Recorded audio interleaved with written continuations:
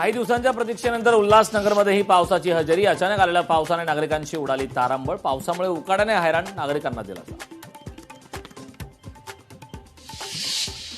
कणकवलीचे प्रांताधिकारी जगदीश कातकरांविरोधात आंदोलन. राज्य सरकारी कर्मचारी समन्वय समितीच्या नेतृत्वाखाली आज आंदोलन. बीएलओ प्रशिक्षणादरम्यान शिक्षक जयेंद्र चव्हाण यांच्याशी गैरवर्तणूक केल्याचा आरोप. गोकुळधाममध्ये पीपीपी तत्वावर दिलेल्या प्रसूतीगृहाच्या जागेत सुरू शाळा. नगरसेविका प्रीती सातम यांच्याकडून संस्थेच्या कामांचा पुराव्यासह पर्दाफाश. या प्रकरणी महापौर रितू तावडे यांची चौकशी करून कारवाईचे आदेश. उद्धव ठाकरेंनी घेतली मृत समाधान पाटील यांच्या कुटुंबियांची भेट. लोकसभा मतदानादिवशी समाधान पाटील यांच्यावर झाला होता चाकू हल्ला. कुटुंबाची भेट घेत उघड्यावर पडू देणार नसल्याचा दिला शब्द. गडचिरोलीच्या जंगलातील माओवाद्यांच्या शस्त्रनिर्मिती कारखाना उद्ध्वस्त. जमिनीत पुरलेले साहित्य शहर पोलीस आणि सीआरपीएफकडून नष्ट. छत्तीसगड सीमेवरील बालगेडा जंगल परिसरात पोलिसांची यशस्वी शोध मोहीम.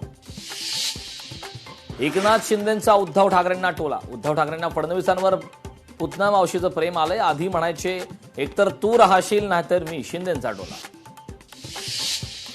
राजू शेट्टी यांचा मुख्यमंत्री फडणवीसांना टोला. चांगले काम केले तर लोक पंतप्रधान करतील. पंतप्रधान होण्यासाठी पैसे गोळा करू नका. मराठी माणूस पंतप्रधान व्हावा हे आम्हालाही वाटतं. राजू शेट्टींचा टोला.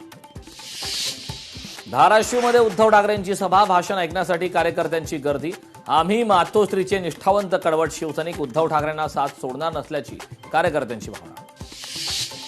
उद्धव ठाकरेंच्या दौऱ्यावर सदाभाऊ खोत यांची टीका. 2019 मध्ये दौरा काढला असता तर बरं झालं असतं. उद्धव ठाकरेंनी 2019 मध्ये महायुती तोडली, गद्दारी केली. अयोध्या राम मंदिर प्रकरणात दोषींना सोडलं जाणार नाही. केंद्रीय मंत्री चिराग पासवान यांची प्रतिक्रिया. चोरी प्रकरणी 8 जणांविरोधात गुन्हा दाखल. लोहगडवरील हत्या प्रकरणी प्री वेडिंगसाठी केतन सिया बालीला जाण्याचा प्लॅन. पुण्यातून एक गाडी बुक केली होती. सियानेच केतनचा पासपोर्ट गायब केल्याची माहिती. सोलापुरात काँग्रेसच्या वतीनं मशाल मोर्चा. टीईटी पेपरफुटीच्या निषेधार्थ मोर्चा. खासदार प्रणिती शिंदेंच्या नेतृत्वात मोर्चा.